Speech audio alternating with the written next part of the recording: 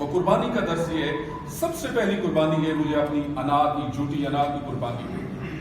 جب اللہ رب العزت نے شیطان سے کہا آدم کو سجدہ کرو, اس نے انکار کیوں کیا؟ اس کے اندر جھوٹی انا تھی. اور وہ یہ جھوٹی انا, اس کو آپ شیطانی وصف, سیٹنک کریکٹرسٹک کہہ سکتے ہیں, اور آج تک وہ دھتکارا گیا ہے اور دھتکار رہا ہے. اور معاشرے میں جتنا بگاڑ ہے ہم کس کو ایٹریبیوٹ کرتے ہیں؟ شیطان کو کرتے ہیں. تو یہ کہاں سے اٹھا ہے؟ یہ اس خود غرضی سے اٹھا ہے, اس انا کی غلاظت سے اٹھا ہے. ہم میں بطور انسان ہر ایک کے اندر انا کی غلاظت ہے. ہم اپنے آپ کو ٹھیک کہتے ہیں, دوسرے کو ٹھیک نہیں کہتے. ہمیں اپنے آپ کو غلط کہنا ہوگا, اپنی انا کی, اپنی ضد کی, اپنے مفاد کی قربانی دینی ہوگی, تب جا کر ہم یہ جو آزادی کا مفہوم ہے اس کو سمجھ سکتے ہیں. میں کیسے وہ انا کی قربانی دے سکتا ہوں؟ میں ایک دفتر میں بیٹھا ہوں, اللہ نے مجھے عزت دی ہے, وہ میرا کوئی رول نہیں ہے اس میں. اللہ نے مجھے چن لیا. ہو سکتا ہے اگر مجھے یہ عزت نہ ہوتی میں یہاں پہ اس شادی ہال کے بعد جھاڑو دے رہا ہوتا. اس بات کا احساس ضروری ہے مجھے دفتر میں بیٹھے کہ یہ عزت میرے اللہ کی دی ہوئی ہے. میرے سے بہت بہتر, قابل, زیادہ ڈگریوں والے, زیادہ لیاقت والے باہر ٹھیلوں پہ کھڑے. تو جب اللہ نے مجھے یہ عزت دی ہے تو مجھے اللہ کے بندوں کا خیال رکھنا ہے. میرے سامنے اگر کرسی پڑی ہے دوسری, تو وہ کرسی میرے لیے نہیں رکھی. میری کرسی وہی ہے جس میں میں بیٹھا ہوں, وہ آنے کے والے کے لیے ہے. میری وہ جھوٹی انا یہ کہے گی, میری وہ غلیظ ایگو یہ کہے گی اس کو کھڑے رکھو, اس کو بیٹھنے مت دو. مگر میرے اندر اگر انسان ہے اور میں نے جہاد کیا ہے اپنی ایگو کے خلاف, تو میں اسے کہوں گا پلیز آپ تشریف رکھیے, یہ کرسیاں ہوگی. میں اس کو اگر پانی پلا دیتا ہوں, اس سے چائے پوچھ لیتا ہوں, کام اس کا ہو نہ ہو, اس کی وہ جو راجن پور سے چل کے آیا ہے اس کی تھکاوٹ اتر جائے گی.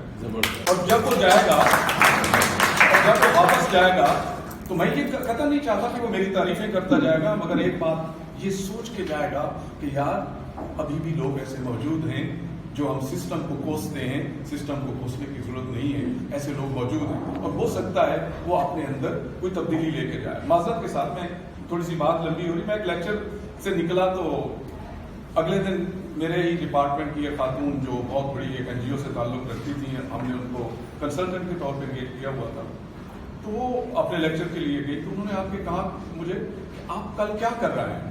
کیوں, کیا ہوا؟ کسی نے میرے کو شکایت کی. وہ کہتے ہیں کہ وہ کل کا بندہ ہمارے ذہن بدل گیا. ہم جو خاتون کے بارے میں کنسپٹ رکھتے تھے اس نے وہ کنسپٹ یکسر بدل دیا.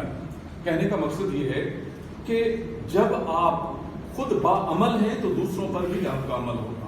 اگر آپ خود باعمل نہیں ہیں تو دوسروں پر آپ کا عمل نہیں ہوگا. تو قربانی کی بات ہے. میں دفتر میں بیٹھا ہوں, مجھے اپنی ایگو کی دفتر میں قربانی دینے کا اپنا طریقہ وضع کرنا ہے. ایک جج اگر عدالت میں بیٹھا ہے تو اس کو بھی اپنی ایگو کی قربانی دینی ہے. ایک ہائی کورٹ کا جج, اللہ اسے غریق رحمت کرے, کروڑوں رحمتیں ہوں اس کے اوپر, میں اس کے پاس پیش ہوتا ہوں تو وہ بھائی نواز کر کے بولتا ہے مجھے. میں ایک سیکشن افسر, سرونگ گریڈ کا افسر تھا, تو کسی ماہ انہوں نے ایک ڈیٹ فکس کی, تو میں نے کہا سر یہ ڈیٹ تو مجھے بارہ نہیں کھاتی. کہتے کیا؟ میں نے کہا سر میرے پیپرز ہیں لا کے, اور اس دن میرا پیپر ہے. ہم سے بھی اچھا آپ ہماری فریٹرنیٹی میں شامل ہونا چاہتے ہیں؟ اچھا تو نواز بھائی جو کہتے ہیں وہ ڈیٹ دے دو. یہ اس سے ان کی کوئی وہ عہدہ نہیں کم ہو گیا, ان کا کوئی میرٹ کم نہیں ہو گیا. ایک خاتون پیش ہوتی ہیں ان کے سامنے, وہ کہتے ہیں پیاری بہن آپ تو کاؤنسل نہیں ہیں اس کیس میں. وہ کہتی ہیں سر ایکچولی یہ میرا ذاتی کیس ہے تو اس لیے میں پیش ہوئی ہوں. تو جج صاحب کیا فرماتے ہیں؟ میرٹ کی بات. او پیاری بہن آپ نے مجھے سفارش کر دی, I'm sorry, میں آپ کا کیس کسی اور جج کو بھیج رہا ہوں. ایک طرف معیار ہے, ایک طرف اخلاق ہے. اگلی بات, آپ اگر دکان پہ بیٹھے ہیں, آپ ایمان سے یہ دیکھیے کہ آپ توڑ پورا رہیں. آپ کاروبار میں انا کی بات اور قربانی کی بات کر رہا ہوں. آج کا سبق, آج کے دن کا سبق قربانی ہے. میں نے کاروبار میں سچ کتنا بولنا ہے, میں نے حلال کتنا کمانا ہے. مجھے یہ بتائیں آپ میں سے کتنے لوگ ہیں جو اپنے والدین کی قبر پہ جاتے ہیں؟ معذرت کے ساتھ اپنے اندر سے پوچھیے, ہاتھ نہیں, آپ اپنے والدین کی قبروں پہ جا کے چراغ جلاتے ہیں. کتنے لوگ ہیں دن میں جو ان کے لیے دعائیں مغفرت کرتے ہیں؟ اگر آپ نہیں کرتے تو آپ اپنی اولاد سے کتنی توقع رکھتے ہیں؟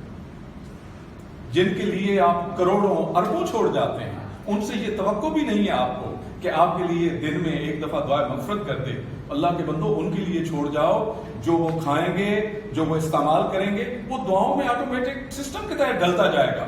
آپ ہم مگر ان کے لیے نہیں چھوڑنا چاہتے. ہم حرام کمانا چاہتے ہیں, دوسرے کا حق کھانا چاہتے ہیں.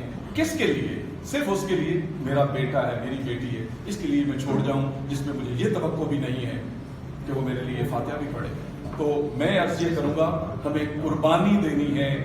کاروبار میں بیٹھے ہیں, دکان میں بیٹھے ہیں, کسان ہیں, جہاں بھی ہیں, اپنی انا کی قربانی دینی ہے, اپنی ضد کی قربانی دینی ہے, اپنے مفاد, جھوٹے مفاد کی, جھوٹے منافع کی قربانی دینی. آپ کا بہت بہت شکریہ. آخر میں میرا 4-5 سال پہلے کا 2 شعر تھے, میں وہ پڑھنا چاہوں گا. قافلہ اول کے نام, آبلہ پاؤں سر کندھوں پہ رکھے گھر کا سامان. آبلہ پاؤں سر کندھوں پہ رکھے گھر کا سامان, چلے آئے نواز زباں پہ سجائے نعرائے پاکستان.